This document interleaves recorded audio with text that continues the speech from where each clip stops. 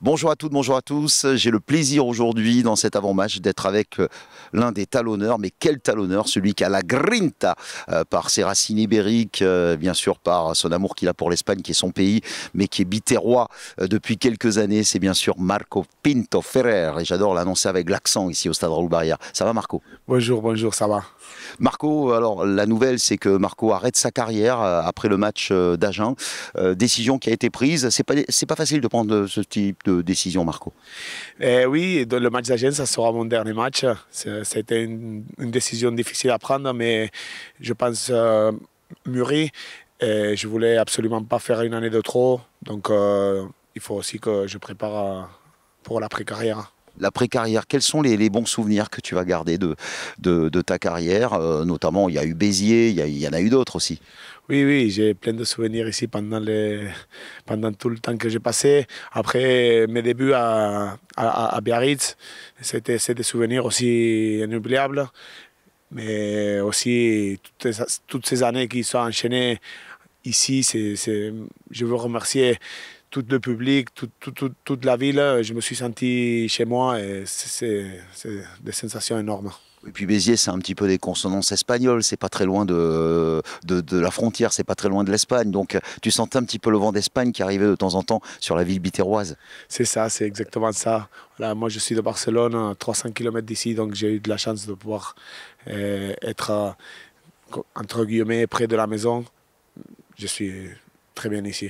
Alors, est-ce que tu as un match particulier que tu as joué avec Béziers, dont tu te souviens, une saison qui t'aura marqué, qui restera gravée, inoubliable? Il y a toujours un détail dans une carrière, je suppose, qui reste marqué pour un rugbyman.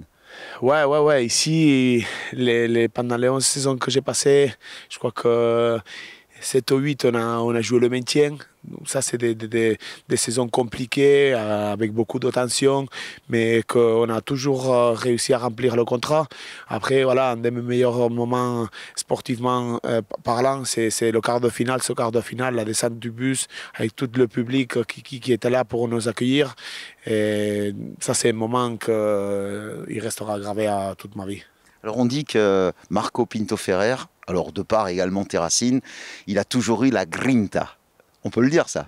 Ouais, ça va. Je sais que des fois j'étais bon, des fois j'ai pas été bon, mais je me suis toujours promis à moi-même de mouiller le maillot. Et voilà, j'ai la réputation aussi avec les cartons, mais voilà, des fois quand tu joues à la limite, tu te brûles. Et voilà. Tu as déjà pensé à ta reconversion, voilà, donc t'espères, tu vas continuer, essayer de gravir autour de rugby, parce que le rugby, c'est ta vie. Ouais, ouais, ouais, ouais. Je vais essayer de rester un peu ici pour transmettre aux jeunes joueurs et les nouvelles générations qui arrivent ce que c'est le haut niveau. Après, le rôle, je ne peux pas vous dire, hein. Ce sera au club de le dire, hein. Mais ouais, j'aimerais bien pouvoir rester et pouvoir aider toute la nouvelle génération à continuer à performer pour la SBH. Et puis Marco Pinto Ferrer, comme beaucoup de rugbyman, c'est un papa avec ses enfants, il s'en occupe, tout ça. Donc on inculque le rugby dans la famille Pinto Ferrer. Et malheureusement, là-bas, le rugby, mes enfants, ils sont à Barcelone. Donc, là-bas, il y a moins de culture. Et peut-être qu'une fois que j'aurai arrêté, je pourrais mettre un peu plus la main là-dedans et amener le petit au rugby. Ah ben, on verra ça en tous les cas. Marco, on va parler de l'AS Béziers.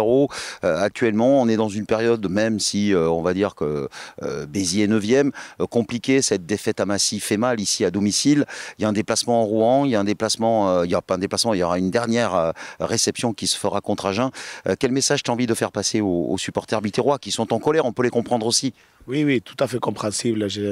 Après cette dernière défaite, ces deux dernières défaites d'affilée à domicile, le groupe il était vraiment, vraiment touché. Contre Vannes, on a été surclassé dans tous les domaines, mais après, contre Massy, je pense que c'est nous, notre pire ennemi. On se met à déjouer, on se met à paniquer, alors qu'il faut juste assurer l'essentiel. J'espère juste que pour mon dernier match, je pourrais dire au revoir à tout le public.